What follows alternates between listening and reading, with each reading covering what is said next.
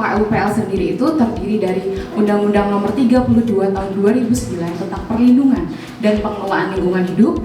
Yang kedua terkait peraturan pemerintah pengganti Undang-Undang Nomor 2 Tahun 2022 tentang Cipta Kerja, peraturan pemerintah Nomor 22 Tahun 2021 tentang penyelenggaraan perlindungan dan pengelolaan lingkungan hidup, dan peraturan pemerintah Nomor 5 Tahun 2001 tentang penyelenggaraan perizinan berusaha berbasis resiko. Selain itu, kita juga perlu memeriksa terkait peraturan Menteri Lingkungan Hidup dan Kehutanan Nomor 4 Tahun 2021 tentang daftar usaha dan atau kegiatan yang wajib menyusun AMDAL, UKLUPL dan juga SPPL. UKLUPL sendiri pada intinya serangkaian proses pengelolaan dan pemantauan dalam bentuk standar yang digunakan untuk pengambilan keputusan yang akan digunakan untuk perizinan berusaha yang dikeluarkan oleh pemerintah daerah maupun pemerintah pusat. Metode penapisan sendiri ada beberapa metode. Jadi ada metode manual, ada metode yang kita bisa mencari penapisan melalui OSS, dan juga sekarang ada sistem dari KLHK yaitu dari AMDALNet. Untuk penapisan manual sendiri, kita bisa memeriksa kode KBLI yang tertuang dalam NIB RPA Pemrakarsa. Setelah itu, kita bisa menentukan skala besaran kegiatannya. Setelah kita mengetahui skala besaran kegiatannya, kita bisa sandingkan dengan Peraturan Menteri Lingkungan Hidup dan Kehutanan Nomor 4 Tahun 2021 tentang jenis dokumen lingkungannya. Jadi kita bisa memasukkan data tersebut untuk mengetahui besaran kegiatan kita itu termasuk dalam UKLUPL atau dokumen lingkungan yang lain.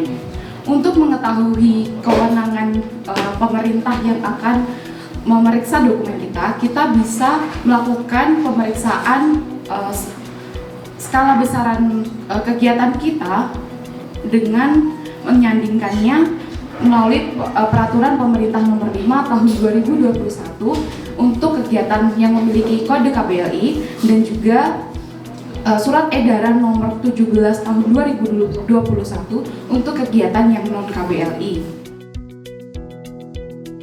Selain manual, penapisan bisa dilakukan dengan melalui laman OSS. Jadi kita bisa masuk ke laman OSS dan mengklik besaran kegiatan sesuai dengan kegiatan Pemrakarsa. Setelah kita klik akan tertampil bentuk bukti penapisan seperti yang terdapat pada layar. Penapisan juga bisa dilakukan melalui AMDALNet. Penapisan sendiri biasanya dilakukan melalui akun Pemrakarsa. Namun biasanya Pemrakarsa mempercayakan proses penapisan itu pada konsultan sehingga kita bisa melakukan penapisan melalui AMDALNet itu sendiri. Terkait proses pengajuan, ya secara umum proses pengajuan sendiri seperti yang kita tahu, kita mendapatkan proyek, misalnya proyek dari Pemrakarsa sendiri akan mengirimkan kepada konsultan atau kepada kita berupa identitas Pemrakarsa, legalitas dan juga data teknis yang dibutuhkan. Kemudian dari konsultan akan menyusun dokumen UKLUPL tersebut, kemudian membuat draft surat yang kiranya dibutuhkan untuk memenuhi persyaratan dari instansi yang berwenang. Surat-surat tersebut misalnya surat permohonan, profil perusahaan, surat pernyataan keabsahan dokumen, surat kuasa, dan juga surat-surat yang lain. Kemudian dari konsultan akan melakukan pengajuan melalui website untuk saat ini, misalnya dari PTSP KLHK melalui PTSP menlhk.go.id atau SSW Alpha surabaya.go.id untuk DLH Kota Surabaya. Kemudian dari pengajuan tersebut, dari dinas berwenang akan menunjuk PJM untuk melakukan uji administrasi dan juga penentuan jadwal pemeriksaan. Nah, untuk pemeriksaan UKLUPL sendiri, seperti yang kita tahu untuk DLH Kota Surabaya biasanya dilakukan secara mandiri atau internal dari DLH. Namun untuk Kementerian KLHK, untuk wewenang di Kementerian KLHK biasanya akan dilakukan rapat pemeriksaan yang mengundang dari beberapa instansi terkait. Data yang perlu disiapkan yaitu data pemohon, data perusahaan, data kegiatan luas lahan produksi bangunan, data sarana produksi, data kapasitas, bahan baku penolong, dan SK perizinan.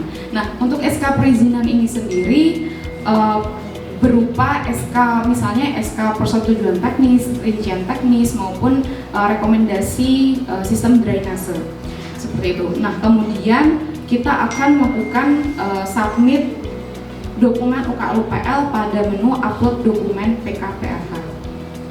Setelah kita melakukan submit tersebut dan berhasil, kita bisa melakukan pengecekan permohonan yang telah disubmit melalui laman permohonan saya. Kemudian akan kita klik detail. Setelah kita klik detail akan tertampil feature seperti ini. Jadi kita bisa men-track atau memeriksa riwayat submit dokumen kita melalui laman detail permohonan izin atau surat rekom. Itulah tadi penjelasan terkait proses penapisan dan juga proses pengajuan dokumen UKL-UPL di beberapa instansi yang berwenang. Berikut juga link websitenya. Semoga bermanfaat dan juga semangat berkarya. Selamat pagi.